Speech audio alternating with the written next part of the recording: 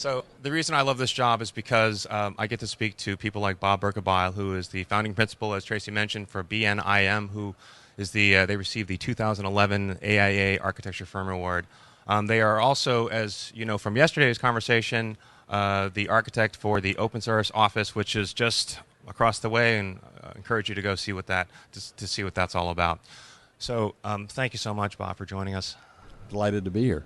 So I was going to read your achievements, but that would have taken far more time than we have. So I'll just mention that you've received lots of recognition from people like Metropolis Magazine, the Heinz Family Foundation, also Design Intelligence.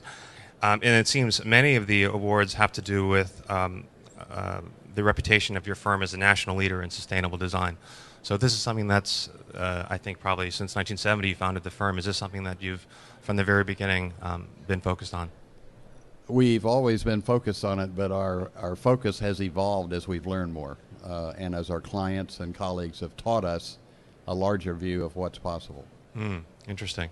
So, part of our discussion with it was Steve O'Donnell, your Steve design McDowell. Steve McDowell, Right. your design director, and Elif Tinney. We talked about the open source office and just ideas about how the office space is evolving. I mean, I think that space is really a notion for what an architecture office might feel like. But what was really interesting is we began to talk about firm culture, and I think that there's something there that probably, I'm sure it must come from you and as a leader. There's something there about working together, and why don't you sort of expand upon? We've discovered over time that this is not, as often believed, an individual act, that is design. While a lot of it may originate in one of our colleagues' mind or someone else's mind, it's a team sport. And we're finding more and more that the team includes the client and all the stakeholders and the natural systems, the partners that we often have difficulty understanding and communicating with, like the vitality of the soil that supports us, or the landscape, or the water systems, etc. And so as we have reached to try to look at that world view, or what one of my professors was Bucky Fuller, and he referred to this as Spaceship Earth. And he mentioned that every individual decision we make either increases the vitality of Spaceship Earth or not. And so his belief and my belief and our firm's belief is it's really important to try to understand the genius of this place before we start creating a design to modify it. It's interesting. There is a spirit I can already tell from your office, because even from yesterday I saw via social media, everything that was happening yesterday was already there. It's as if your office was sort of already engaged and really excited by what was happening. I mean, I saw it. It seemed like many of your staff people were here working on the project. I mean, there's a kind of love there in making something that others can then enjoy and see. I mean, you can feel that, I think, the spirit in the office. Is that right? I mean, I think right. And that's what wonderful. Keeps me excited and engaged, and that's why I get up early every day, is to work with these brilliant young colleagues. That's very interesting. Yesterday I mentioned to Steve about an anecdote from Oliver Alto, and it seems that we both share an interest in his work, and how Alto recounted a story about working under his father's desk, that there was a very big white table in his office, and the father wanted everybody to work around that big white table, and that was way back when. Right. And now it's interesting to see that coming full circle, where people are sitting around the same table working together.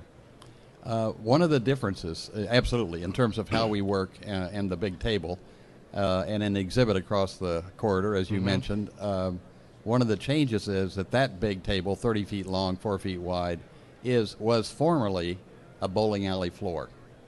And now it's been repurposed to be a really extraordinary table, in partnership with Knoll, who provided the base for the bowling alley floor, which is now a 30-foot table. I see. The other thing that came up was, because you mentioned this about being sustainable, but also in ways that are not always so apparent. I think sometimes when we talk about green design, the work may look green. It may feel like it has to be somehow green with, I don't know, there's vegetation on the building or something like that. And the work that you're doing, maybe some of that has that aspect to it. Others can be very quiet and not look at all like that, and yet it's always there.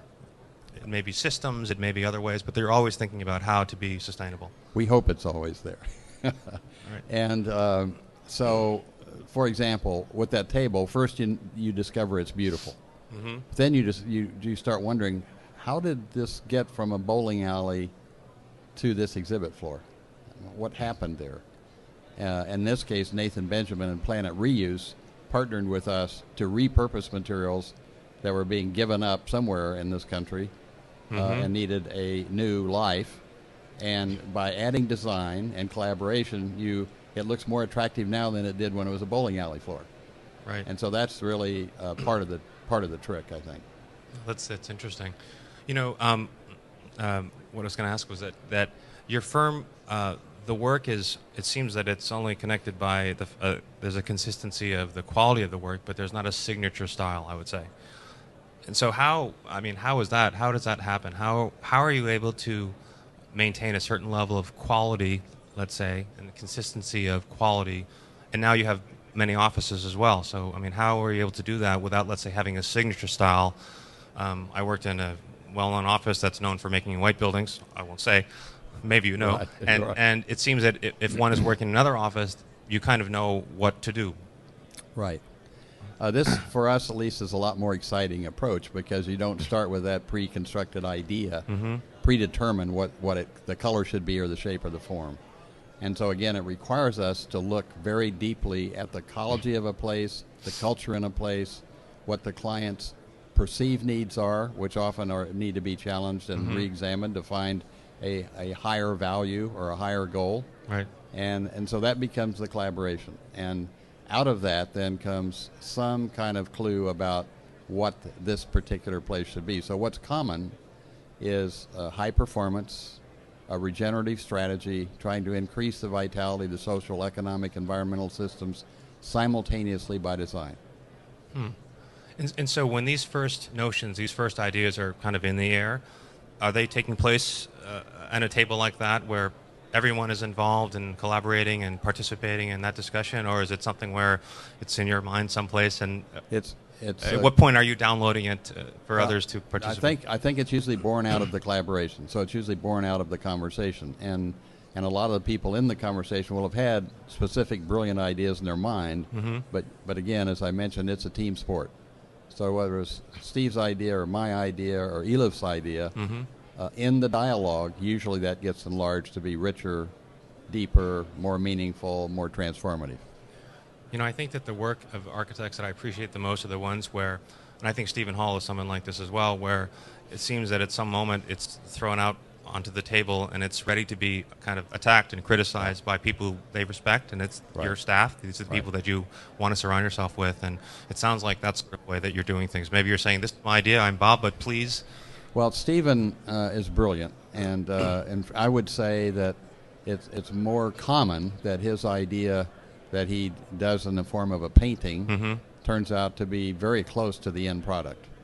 But it is intuitive and it does grow. And even this morning he credited Chris McVoy and his colleagues and their collaboration for the impact they've had on his work. But I think he intuits this. He wills it into being when he is organizing that watercolor sketch. Anything that's different for your office? I think that the same kind of sketching is taking place, but I think it is probably more informed by that collaborative dialogue than in Stephen's case. Interesting.